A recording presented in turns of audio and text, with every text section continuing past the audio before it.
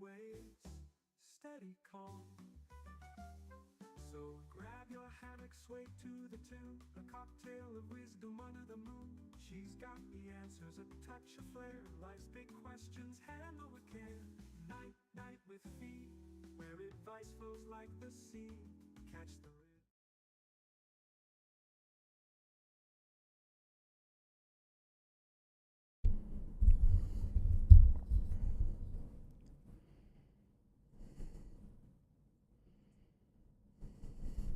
Hello, guys, and welcome to another Night with Phee on the Phee Smee Network. I'm glad to be back with you tonight. Just got through eating with my son and his wonderful wife. Talked about some football and thinking about trying to find a time that we can get together and do a football show, a weekly football show with some of his friends. I think one of his friends is going to be a guest every week, and we'll just kind of host the show together. And then when my son's in town, he can be on the set also. And then my other son lives up in the Northeast. Maybe we can get him on the phone. But anyway, it's time to play. And the episode name of tonight's Night with Phee is "Put Me In, Coach. I'm ready to play." And there's nothing like being a coach. Since I was about 7 years old, I loved being around coaching and sports, and around my father and the business, and learning about coaching and coaching students and athletes and in business. And there's something about a good coach or a good teacher. You will always remember the good coach or the good teacher. And a lot of people never have a good coach. A lot of people never have a good teacher. Certainly, there's a lot of people out there that don't have good mentors. So it's important that if you want to play, and that you're telling the coach you want to play, that you're prepared. Because if the coach sticks his neck out and says, "Okay, I'm taking a chance on you," then you better be ready. So before you tell him to put you in, you better be ready to play. But I get just as much satisfaction in coaching because of seeing the progress. You can give me any student at a young age, and even if they don't have an aptitude for sports, the repetition and the encouragement and the confidence that they will get from that is phenomenal. It's a learning stepping stone. But if you give me somebody that really has some athletic ability and doesn't really care, then sooner or later, other people that do care are going to catch up with him. So the ideal student is to find someone that's young, that has a real passion or love for that sport or sports in general, and then really want to put in the effort to be the best they can be. Everybody wants to be good. The problem is how many people put forth the effort, because when it comes down to it, you're going to keep going to a level and a level and a level, and you're going to eliminate the folks that can't play until you get to the point where everybody can play. So who outworks who? Who puts in the rep or the reps? And from a coaching standpoint, your play is your resume. See, your game film is your resume. If the coach is paying attention in practice, then what you're doing is your resume. They ought to be videotaping all the practices and all the games. And once you see yourself on film, then what you'll find is you'll either understand and correct those mistakes, or you'll realize that you can't play at this level. One of the two.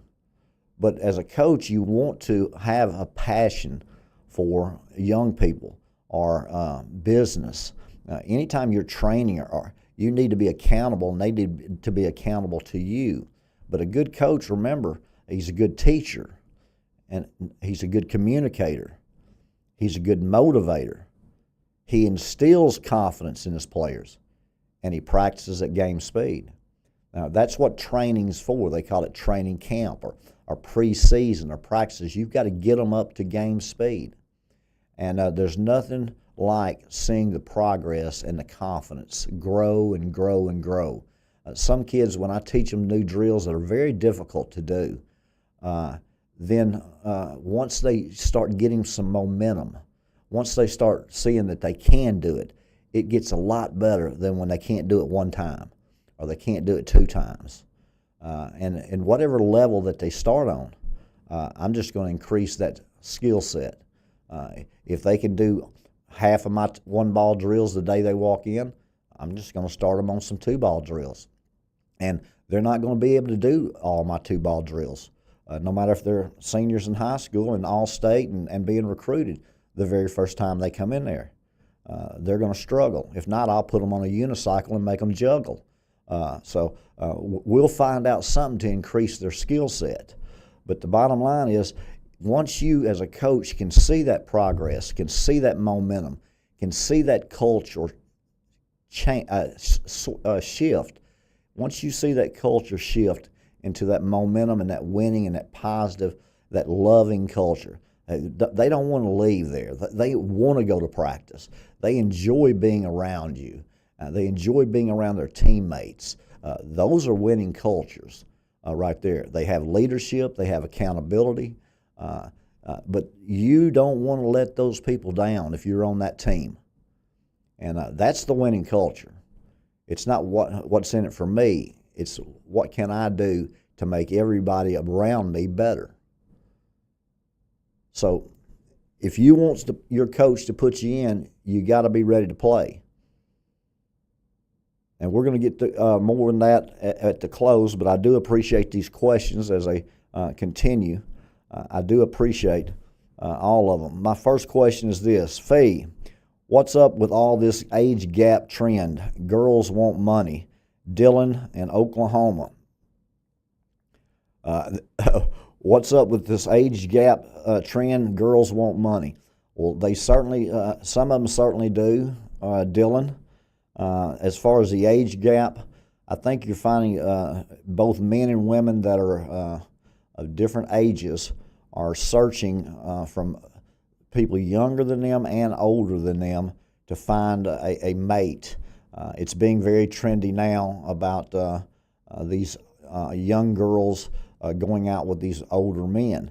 And primarily it's because the 18 to 24-year-old boys or men don't know how to date or to enjoy trying to develop a relationship. And then you have girls that they don't start thinking about getting married or settling down with one guy. Now 50% of them don't want to get married. So they're not really interested in what would be the normal cultural times of the past. Things have shifted tremendously, and it's finally caught up to what they started a long time ago, and now it's here. And so the age gap, it's getting, I guess, wider and wider with women, older women searching for younger men, and younger women searching for older men. And I don't think it's all about money, but there's certainly some girls out there that it is about money. And a lot of times that's because they're in a tough situation with children, and it's tough to make a living and raise children on that near poverty level. If anything happens, even a hard-working two-job, cares about the kids, doesn't go out a lot, doesn't do anything as far as for entertainment or pleasure for herself, she's as good a girl as possible. She's still really struggling to, if they want to do anything, if they want to play in any sports, if they want to buy any new tennis shoes, if the washer and dryer break, if the tire has a flat. I mean, it's just something about life to where when you don't have a lot of money, things tend to happen to you. And so, yes, there is a segment of women out there that are looking for some security when it comes to money. But that's not all widespread. Not every woman that is dating a man 10 or 15 or 20 or 25 years older than her is it because of money. A lot of them will tell you real quick they're independent and don't need a man. So you've got a real culture shift there with dating and with age gap trends. It usually, or used to, the only 60 and 70-year-old men that were 25 and 30-year-old women were folks that were millionaires or billionaires, and they used to call them their women eye candy, and they'd call the girls gold diggers. But again, the laws of attraction are there for all parties. It's not as much an age gap trend as it is a cultural shift from the feminist movement to women get what they want when they want it, to where there's not a lot of commitment. You kind of just hang on to one until you find something better. And when that happens, you see a lot of people have different plans. They have different priorities in life. So what might be important to one of them is not near as important to the other one. One of them might want a guy that's over 6'2" that makes $250,000 a year or more, and that's not. She's going to date and she's going to spend time with people until she finds that one, and that's the one. And so you don't know what's in people's minds, or what's their goal, what is their end goal, and what is their plan. And so what you'd like to do is develop a relationship over time. Spend time with one another, court one another, really have an infatuation and a passion for one another, and then continue down that path. But as far as commitments these days, and everybody wants to make them, but very few of them want to keep them until something else better comes along. And so that's not real commitment. What that is a manipulation of relationships. But yes, there is a big trend on the internet. There are people advertising. There's even dating apps now with older or younger women that make the first call or make the first text, or text first, I believe is the way they advertise that. And as far as old men and attracted to young women, that's not anything that's new, been around since the beginning of time. And I think you'll find that the women that had the opportunities in early on in the world, they took advantage of their opportunities also. So a lot of cultures around the world don't believe in the same type of family unit that we do. Matter of fact, the United Nations 2030 Sustainable Goals even had the end of the family unit. So there's a lot of people that want that to end, and they're certainly moving that in the right direction for it to end right now. But it won't. The Bible says that love will grow cold because of lawlessness. That's what's happening. And so you're going to find that that's going to continue to happen. It's because it's scriptural. But I'm going to tell you, Stu, there's a lot of 50-year-old women out there that look like they're 35. And there's a lot of 50-year-old women out there that look like they're 65. And I'm sure there's a lot of 65-year-old men out there that look like they're 50, and there's a lot of 65-year-old men out there that look like they're 80. So when you just put them all in a big, lump them up together, it doesn't. You don't really see the isolated pictures that if you look at the law of large numbers and say this percentage and this percentage and this percentage. Because I think if you'll find there that it's not that much difference in women or men, that age is not near as important because they're not thinking about a future with them. The 30-year-old woman with the 2 kids isn't thinking, well, 30 years from now, he's 55 now, he's going to be 85, and I'm not going to be, but 50 or 60. But or maybe she's thinking he's got a good life insurance. So you just don't know the plans there. But these days now, it's let's have fun today. Let's not worry about tomorrow. Let's not worry about planning a future other than where we want to go and what we want to eat and what we want to do. And so money helps in those situations. If you can just put them on the plane and take them to the Bahamas for the weekend, they tend to load up and get their luggage. But if you're trying to take them to Whataburger and getting waters rather than soft drinks or tea, to try to save that $3, then that's a whole different story. So age gap trends will continue to be here because younger women, they want to live their lives when they're young. They're not looking for a husband material till they get about 23 to 25 years old. Then they want to see somebody that's established, that's making money, that's has a different type of lifestyle than the 22 and the 24-year-old college kids. So that's how that came apart, and now it is a trend. And when people see that other people are doing it, and it's cool to do it, and it's taboo to do it, and now it's it's all about fantasy and games and enjoying life. So you never know what's inside somebody's mind. But I can tell you that that's not going away. And no, I don't think all girls want money, but you get that a lot from men. I'll tell you right now that there is a real movement of men that are unhappy with women because men, they are unable to either perform at the level that they want to perform at, or they're being dogged and told that they're not good enough by these women. And so they get a complex and they start hating or being resenting all women. And you don't want to lump all women or all men in the same category. I can assure you they are totally different creatures in each gender. They are from one end of the spectrum to the other. What you're looking for is a high-value man and a high-value woman, someone who has principles, someone who has a loving attitude, an attitude of gratitude, somebody that's a joy to be around, positive, and you're having a good time most of the time. And once you do that, then you get in a committed relationship. You work through things that you need to work through. You've got some of them that they get married and one of them wants to cuddle all night because she's freezing to death and he's sweating.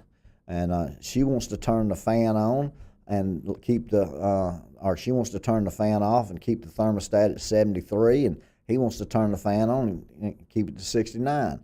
You got all kinds of issues like that when you get married that you'll work through and laugh about, and only you'll know about it if you're smart. Those are the little details and the little things that really make relationships special. That's what it is with children too. The more time you spend and the more fun you have and the more joy that you're just excited. And there's a real knot, like you're playing a game. Those are the type of relationships you're looking for. And if you don't see them or don't find them, then you don't need to settle, because there's somebody, if you'll pray about it and ask for guidance and direction and really stay not with necessarily what you want at that time, but what you need, and to become equally yoked, no matter what age you are. Once you get, like I've said before here on Night, once a woman is married and divorced and has kids, then it's no longer about age, whether she's 28 or whether she's 48, or whether he's 52 or whether he's 72. They've seen the carnival, they've been to the zoo, they've rode all the rides at that time. So it's not about you taking anybody's innocence at that point. If they've been married, divorced with kids, it's about, are you equally yoked in what your core beliefs are? Are you just out here having a good time for a couple of weeks or a couple of months and moving on? Because each party has their own reward system. And if they match up for a short period of time, then that's what they do. But for a long-term, committed, godly relationship, you're wanting to have a marriage covenant that you don't break, that actually means something to people. And those are the type things that today's cultural shift has become less and less norm. Why? Because half of everybody's parents have been divorced, and half of their grandparents have been divorced. So when you start looking at 75 years of the grandparents, the parents, and the children, it gets real easy for the children to divorce if the parents were divorced.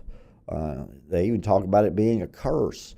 But in some instances, it's a roughhouse world. In other instances, it's a new beginning, and it's played out the course because you are able to divorce in an adulterous relationship, and 7 out of 10 of those relationships that are marriages have some adulterous activities.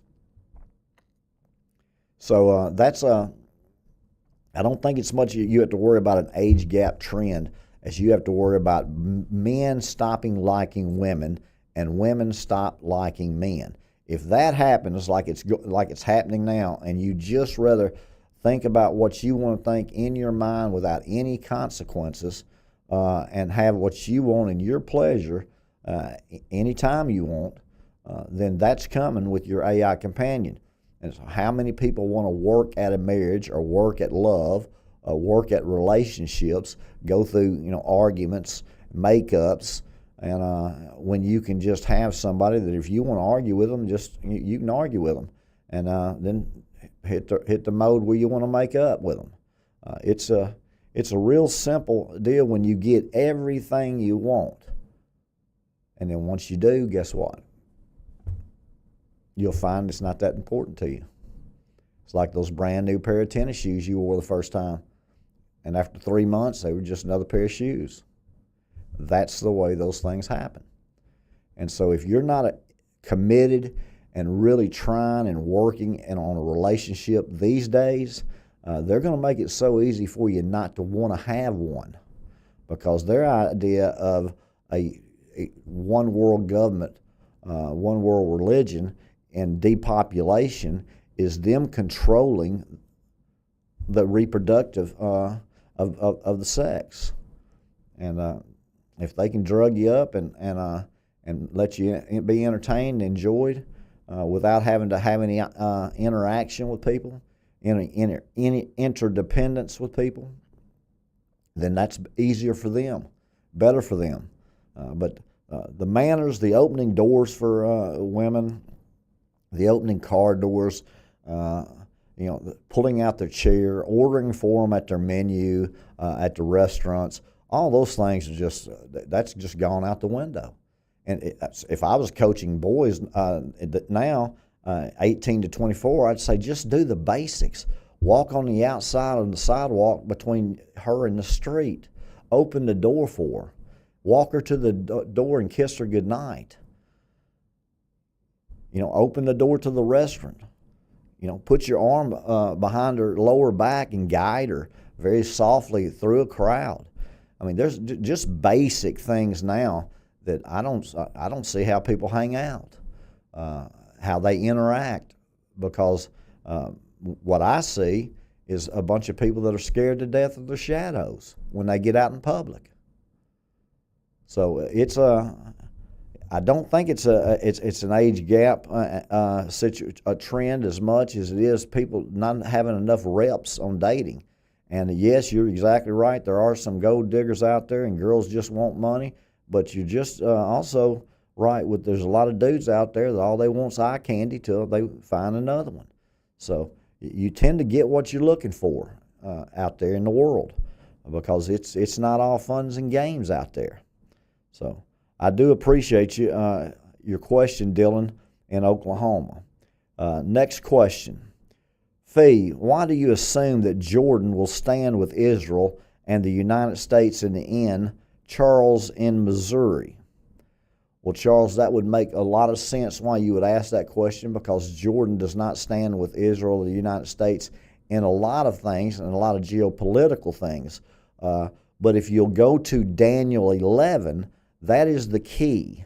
Daniel 11, you will see in verse 41, he shall enter also into the glorious land, and the many countries shall be overthrown. But these shall escape out of his hand, even Edom and Moab and the chief of the children of Ammon.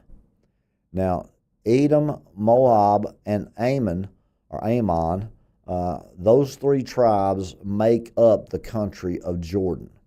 So this chapter in Daniel 11 is talking about the Antichrist coming, fighting with the kings of the north and the kings of the south.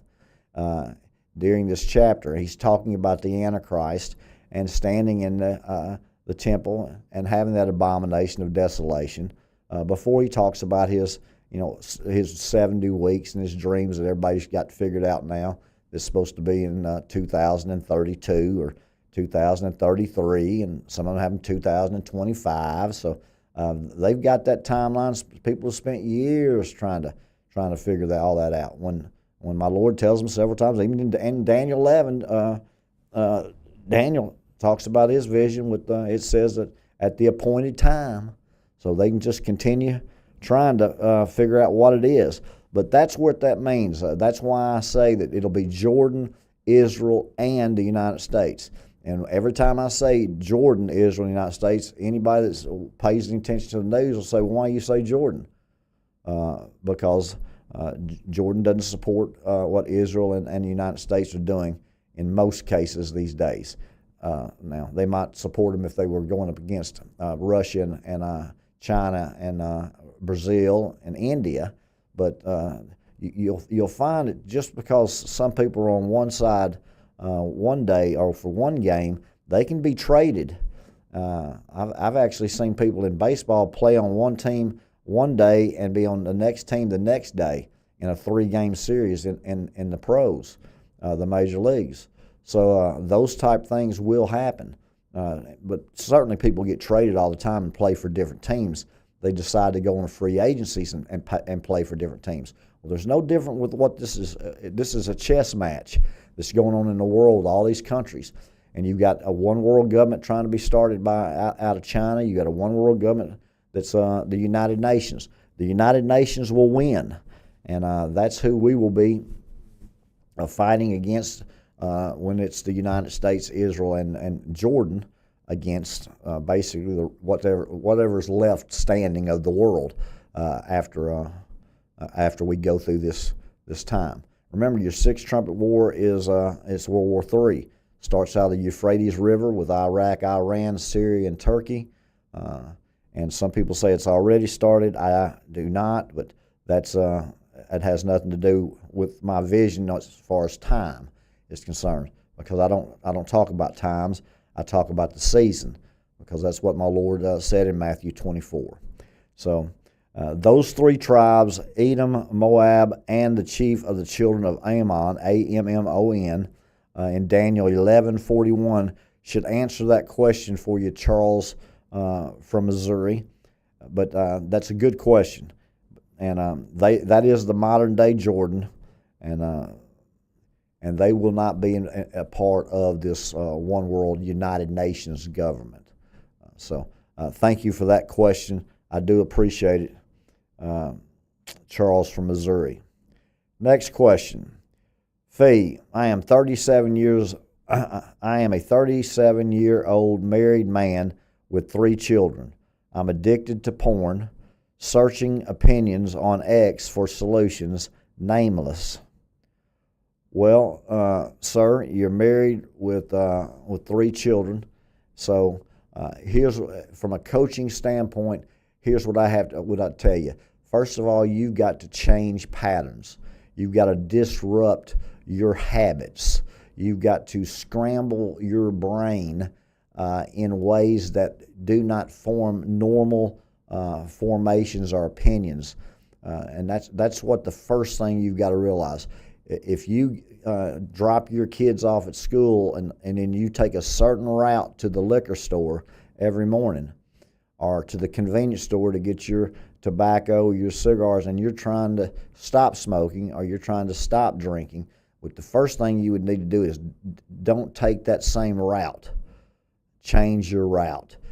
You want to make sure that you're not doing the same things you were doing. Make it a priority to actually write and make it a priority to say, okay, this is where I'm triggered at certain times of the day, or when I'm isolated at night, or if I'm a salesman on the road 5 days a week in hotels at night, or if my wife works at night, and when I put my children to bed, then there's going to be windows of time that you're going to have triggers for at least 21 days when you're addicted to anything. And that's needles, that's drugs, that's prescription drugs, that's porn, that's tobacco, alcohol, any addictions that you will have, that you need to change patterns for a minimum of 21 days. That 21-day rule, which I used to call blackjack when in my younger day, I would train salesmen that if what they did today, they would reap that harvest 21 days later. And so based on what type of sales you're in. In sports, the drills, I tell them that if you will do this every day for 21 days, when I see you, I will be able to tell, it will be obvious to anybody watching how much better you are of doing these drills. Once you develop those patterns and those habits, then those are your trigger points. So if you get up every morning and you drink a cup of coffee and have a cigarette, then that's the pattern. So if you want to quit smoking or you want to quit drinking coffee, when you get up in the morning, you've got to have a plan. Soon as you get up, what you're not going to do. You know, I'm not going to go to the coffee pot and get my coffee and then go get my cigarette and go on the back porch and smoke and relax and think about my day. That is a habit that if you're trying to eliminate cigarette smoking, that you would not want to get a cup of coffee and go on the back porch and just hope that you don't have a craving for a cigarette. So it's the same thing no matter what the addiction. In a porn addiction, you've got to be isolated in order to watch that porn, in order for you to fulfill whatever fantasy or whatever satisfaction you're trying to get out of that, what you're addicted to. So once you're in isolation, those are the windows that you're trying to change or scramble your habits or your brain patterns for 21 days. So if you can do that, first of all, you know, if you can pray, and these are evil devices. It's called that all throughout the Bible, and they just didn't know that they were talking about these phones until now. But you're not over 10% of the male population in the world is addicted to pornography, and right at 14% in the United States. So you're not alone in that, but it is about isolation. It is about the opportunities. So if you can change your habits, and from a mentally conditioning standpoint, we're going to have to scramble those patterns. Removing obstacles in your path, making other people more important than you. See, if you're married, that was one of the things I wrote first down in the notes. If you really love your wife and you really love your children, then you're going to have to make them more of a priority than that time alone with your porn addiction. So if you can replace that time of isolation with time with either one of them or both of them, that would be a wise decision. And just start saying, no matter what my wishes are, or no matter what my desires are, today I'm going to make my wife and my kids a priority. I'm going to make my job a priority. Today I'm not going to do that today. And tomorrow, hey, I might do it tomorrow. Because guess what? When tomorrow comes, tomorrow will still be there. And you got to worry about today, changing habits today. From a coaching standpoint, you do not want to develop any more bad habits. And anytime you're trying to expand your skill set and you're trying new things, you're going to mess up some. And so don't worry about messing up. What you got to do is eliminate the turnovers, eliminate the mess-ups along the way. And if you'll do that, you'll look up one day and it won't be an addiction. And then that's when the scary time comes. That's when you think you can dabble in it a little bit, and then it'll either you'll have a relapse, or you'll make a decision that you're not going back there again. But at first, the first step is always the most difficult one. And so you've got to have a plan. And if you know when those opportunities for that addiction to be triggered are, then you need to make sure you have a plan to combat that. And that's not just in porn, that's in any addiction that you have. You have to have a plan and a priority, and you have to go into it knowing that it's going to be a struggle. And my Lord Jesus Christ, He'll meet you anywhere you are. You can repent from any sin possible, and He will meet you. But maintaining that, going 2 days and 3 days, making it a priority, and then quitting about it, and then 2 days later you're brought back on it again. Well, that's normally what happens in diets, and that's what happens when people work out. And they really, they're doing well for a couple of weeks, and then all of a sudden they fall off the wagon, and then they feel guilty about it, and they just stop trying because they don't want to mess up. And a lot of the times they don't want to disappoint themselves, or they make that excuse as well. I don't want to ask for forgiveness because I know I'm just going to do it again. It's a mind game. And so if you know you're playing a mind game with yourself, then you have to actually prepare. And there are triggers for that, and there's triggers for most addictions. So if you'll set boundaries of what you want, and you'll make a priority of not today, I don't care about tomorrow, but today when I wake up, this is my goal for today. And I think you'll probably find that if you spend more time really loving your wife and developing a relationship and making her a priority again, and doing some things that you would dream about or fantasize about in your isolation, that you could actually communicate and talk with her about, that might benefit your marriage also. But you don't want to wake up and lose a wife and 2 kids because you didn't have a grasp on what was causing the problem. For you to write in, you've got a problem, you're searching for answers, I would tell you that is a first step, is to always acknowledge that there's a problem. Because you can always justify your actions because somebody else is always going to be doing something worse.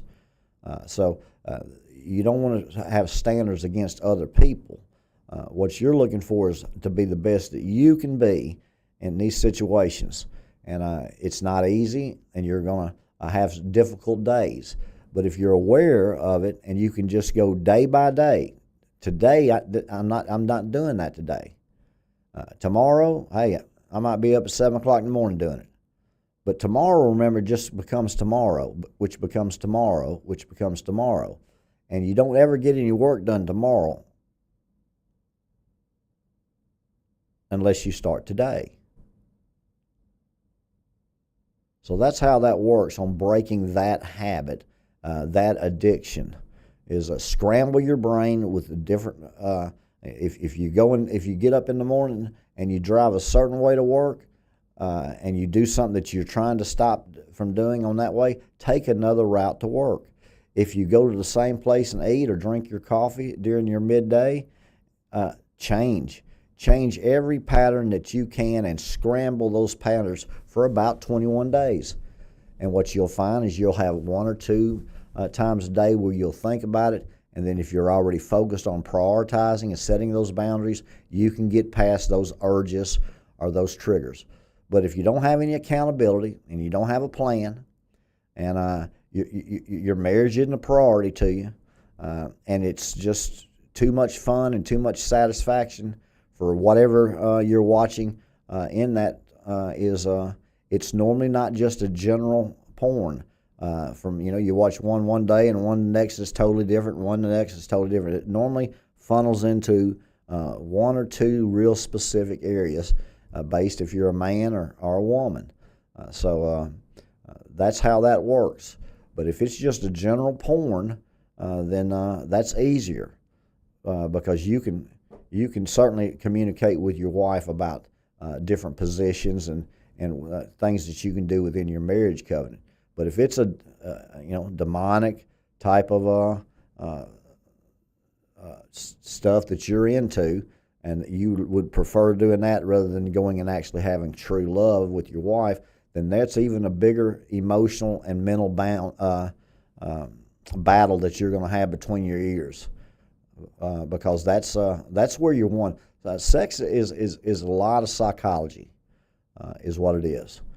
If you ever notice why you can love somebody so much and hate somebody so much over a period of time, that's right on that line of your abnormal psychology and psychology, and we all have it.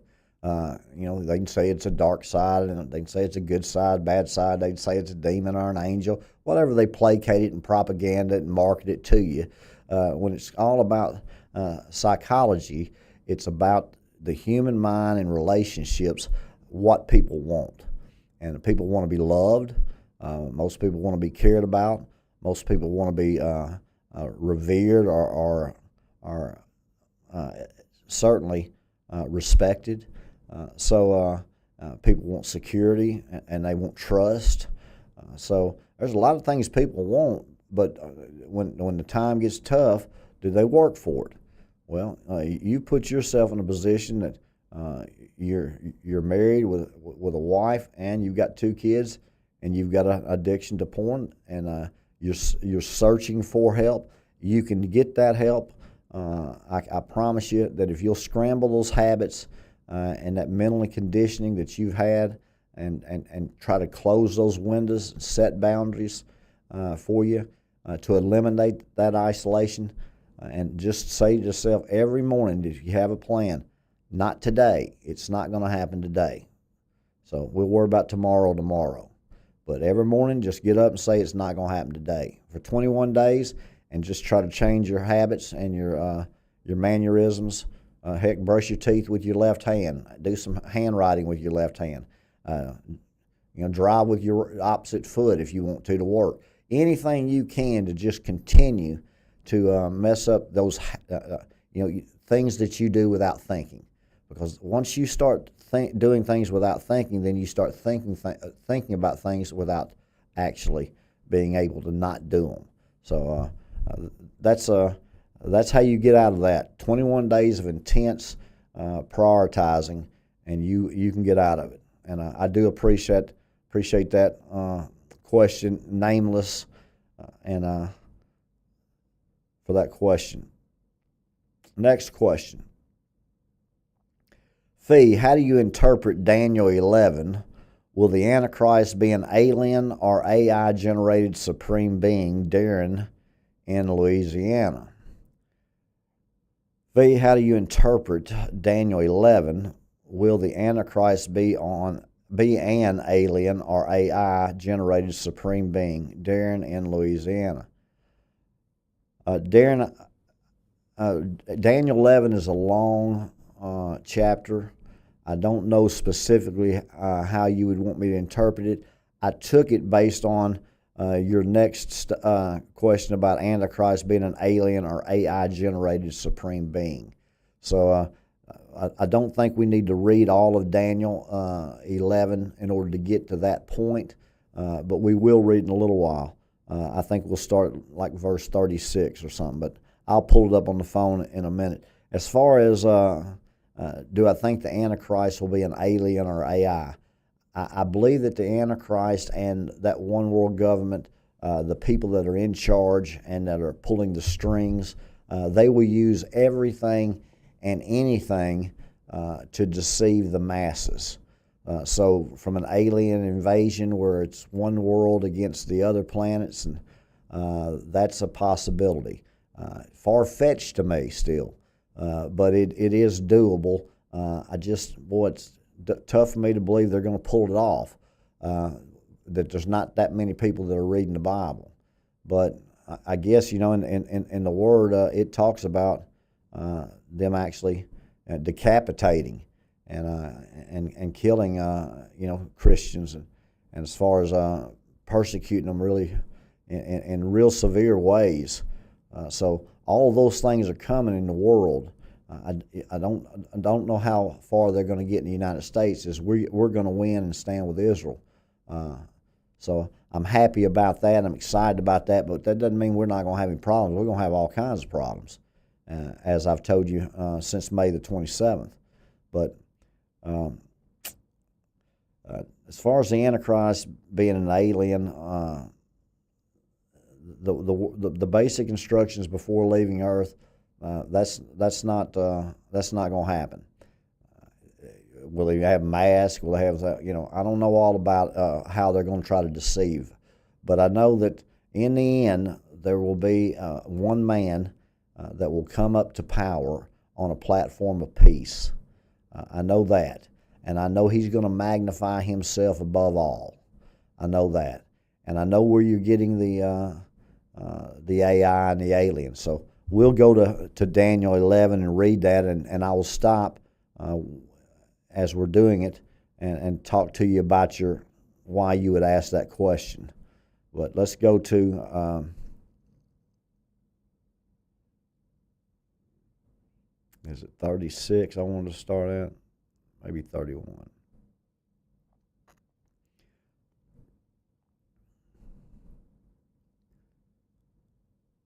All right.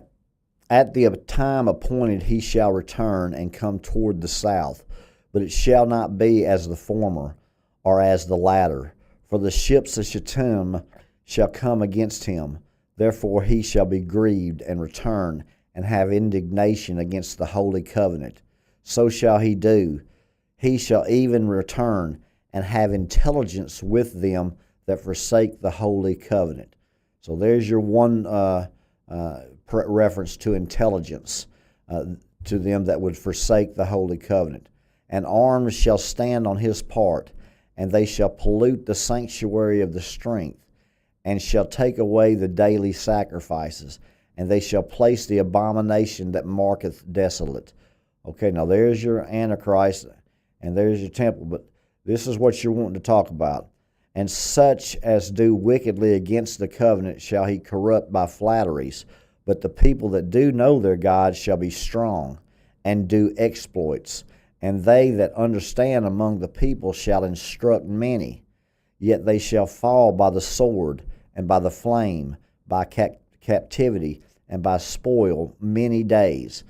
So in other words, he's just telling you right there that the folks who are strong Christians, they're going to be killed by the sword, by flame, captivity, any way they can.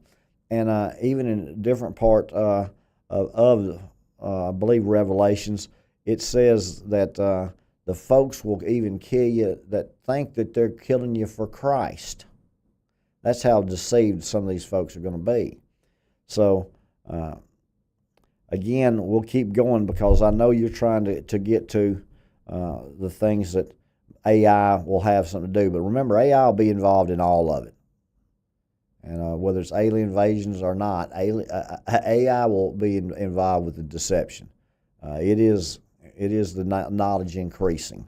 But now when they shall fall, they shall be holpen with a little help. But many shall cleave to them with flatteries. And some of them of understanding shall fall, to try them, and to purge, and to make them white, even to the time of the end, because it is yet for a time appointed. In other words, a lot of these prophecies have to take place before Jesus comes back, before the time that's appointed. And they're not always going to be good. It wasn't good for Jesus' disciples in the end. It's not good right now for missionaries and churches that are Christian churches in China and Russia and India. They're getting chopped up and mutilated and killed. And that's what they're going through right now as we're eating at Chick-fil-A or playing golf. So there's a difference from the rest of the world and the United States of how we live and the way we live. And if you don't know it, people around the world are jealous of it and have been unhappy about it for a long, long period of time. So now it's just like folks that don't like football coaches or basketball coaches. As long as he's winning, they lay in the weeds and they give backhanded compliments. But once he starts losing, they come real out of those weeds real quick because they never was his man. They just had to be quiet for a certain amount of time. And that's how those things work in life too, and in business. and in relationships. But when you're talking about the world, and you're talking about a holy war, and you're talking about the end of times, and my Lord Jesus Christ coming back, you've got the complete spectrum of folks on this internet that are giving you so many different scenarios that whatever the mob starts believing in will be the main thing that they go with. And the mob will always dictate. It's easy to persuade the mob. You do that with a few celebrities or a few heroes and a few good stories and propaganda. And next thing you know, you've got the masses. But that's because they don't stand for anything, or they don't believe in anything, or they haven't read or prayed in order to actually be a part of the body of Christ, being a child of God. You're not going to get into heaven if God's not a priority to you. That's something that people need to hit home with. If He's not a priority to you, if you go to church on Sunday morning and you give your tithes and you live the life that you want to live the rest of the time, that's not going to cut it. You're going to have to get in the Word of God. You're going to have to study. You're going to make Him a priority, like He is your master and you are His slave, like He is your Father and you are His children. And once you get to that, and stay at that with a world that's around you in sin that tells you you want everything and anything you can have in it, then that is the battle that we wage, and it's not against flesh and blood. There's a spirit world there, and there's a spirit that lives within us, and it's either the Holy Spirit or it's the spirit of the world, and one of the two. And you know the prince of this world, and he's also the great liar and the great deceiver and the father of all lies. So deception is everywhere, and it will continue to be everywhere, and we're just going to have to prepare for it. But AI, they'll do, alien invasion is a possibility. They certainly got them everywhere and anywhere now. They think a lot of people say it's a different realm, that they're demons and angels, and now they can come into these realms and that even marks closer to the end of time, as people are seeing. They're popping up everywhere and anywhere. The problem with all of those news accounts and personal accounts, and you're being overwhelmed with them right now. And when you're being overwhelmed with something, there's a reason. There's a reason why they're showing you these aliens and all these pictures and all this declassified files now, and having hearings in the Senate and the Navy, which is, again, adds credibility to that. So if there are UAPs or UFOs, no matter what they are, demons, angels, we're just going to continue going by the basic instructions before leaving Earth while we're not deceived. We're not going to jump in any direction or any arena that does not line up with the Word of God. I've had a vision on June the 24th, 2023. You have to test the spirits. It has to align with the Word of God, or it's not from God. So if you can be possessed and they have all kinds of powers, you better make sure that you are possessed by the Holy Spirit and in the Spirit of God, because those folks have a lot of power. And if it doesn't tie to, or you're having to add something to or subtract from, then I will tell you that you need to check what your belief system is.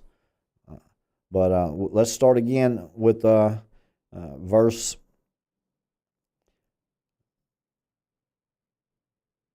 36. Daniel 11, verse 36. And the king shall do according to his will, and he shall exalt himself and magnify himself above every god, and shall speak marvelous things against the God of gods, and shall prosper till the indignation be accomplished. For that is determined shall be done. Now, there's the Antichrist that is exalting himself above all guys, and then he is mocking or saying marvelous things against my God. And so now he's going to prosper for a certain time. That's what they said, 3.5 years, when Michael, the archangel, defeated Satan, cast him down from heaven to earth. He had a short time. So he's trying to get and kill all the elect before he goes and deceive all of the nations of the world and the kingdoms of the world. So that's what's got to happen, see, before Jesus comes back. And this is Daniel 600 BC, before Jesus walked the earth. So again, you got to love Daniel. And if you don't understand Daniel, you don't understand Revelations. And that's what most people are off on. And that's okay. Well, let's just get them back up to speed and visit about it. But neither shall he regard the God of his fathers, nor the desire of women, nor regard any God, for he shall magnify himself above all. Now, there is your AI alien question, and that is why you asked the question in Daniel 11, and you wanted to know how I would interpret that based on your AI and your alien, because he says that neither shall he have regard for the God of his fathers. Neither shall he regard the God of his fathers. Okay, well, if he was an alien or an AI, he wouldn't be worrying about whether Muhammad or Jesus or Yahweh or any of those folks. He's not worrying about those other gods. It also says, and this is what gets a lot of people too, is that nor will he have the desire of women. And some people think that's because he's going to be gay. I've personally think he will be bisexual. But in this thing, what you're saying is if he's a machine or AI, he doesn't have any high regard for the God of his fathers. He doesn't have any desire for women. And he doesn't have any regard for any God. For he shall magnify himself above all. But in his estate shall be honored the God of forces, and a God whom his fathers knew not shall he honor the gold and silver with precious stones and pleasant things. You're looking at a strange God, it says. Another one that you're wanting to talk about. Thus shall he do in the most strongholds with a strange God, whom he shall acknowledge and increase with glory. And he shall cause them to rule over many, and shall divide the land for gain. And now that's your 10-region United Nations question I had last night, to divide land for gain for certain people in territories, as this one world government is now ruled by the Antichrist after he stopped the daily sacrifices in the temple, as Jesus talked about in Matthew 24, and as Daniel is talking about 600 years BC. So it all ties in right together with that. But my interpretation of it would be that they'll use AI, and they will use any aliens invasion if they deem that necessary. I think World War III will put everybody into a panic, shock, terror. 1/3 of mankind gone. Let's sign up and do anything to make sure that we live and we take care of our families. There's how you get there, and so we've got to prepare for that and understand the United States is going to have all kinds of problems, but we've got the National Guard coming all throughout the country before it's over. They're going to be fighting for their own country and their own land with their own families in it. So I think you're going to find that you need to thank them and be happy with the first responders, pay the police, pay the first responders, and really honor your National Guard, because they are the ones that really help us along with our military and our government. We've got all kinds of problems, but the AI and aliens should, could, would be used in any way, shape, form that they can to deceive the masses, and they will deceive the masses. That's why we've got to do our part. So I hope I answered your question there, but about Daniel 11, and I go to 11:31 as far as the exact chapter and verse there. Well, put me in, Coach. I'm ready to play. That's what we're talking about today. Time is approaching to where the season is going to be there and the rosters have to be made. And then from the rosters, you're going to have to be able to make the team and be able to know your role, whether it's a reserve or a starter. And then if you're a starter, you're going to have to know if you're going to be the star or you're going to be the glue. What's your role in this game? What's your role on this team? And that's the question I have for you guys tonight. Is it time for me to put you in? Are you ready to play? Because this is a serious game. We're not handing out participation trophies in this game. You're going to have to pick a side, and it's going to get ugly, and you're going to have to train and prepare. But if you want to be a champion, if you want to be a winner, if you want to play in the game, then you got to get ready to play. And that's what we're trying to do here at the Phee Smee Network. We do appreciate you tuning in. We thank you for all of the questions. If you want to ask a question, you go to feesmee.com. That's PHEESMEE.com. You'll see a form there. You just fill out and ask the question, and I will be glad to read it and try to answer it to your satisfaction on the air. Again, thank you guys for tuning in Night with Phee on the Phee Smee Network. Tomorrow we will have the Phee Smee Show with Manly Mark at 9 a.m. Then we'll have Manly Mark coming back here again, I believe, Friday morning. And then I'll be back tonight and tomorrow night with Night with Phee.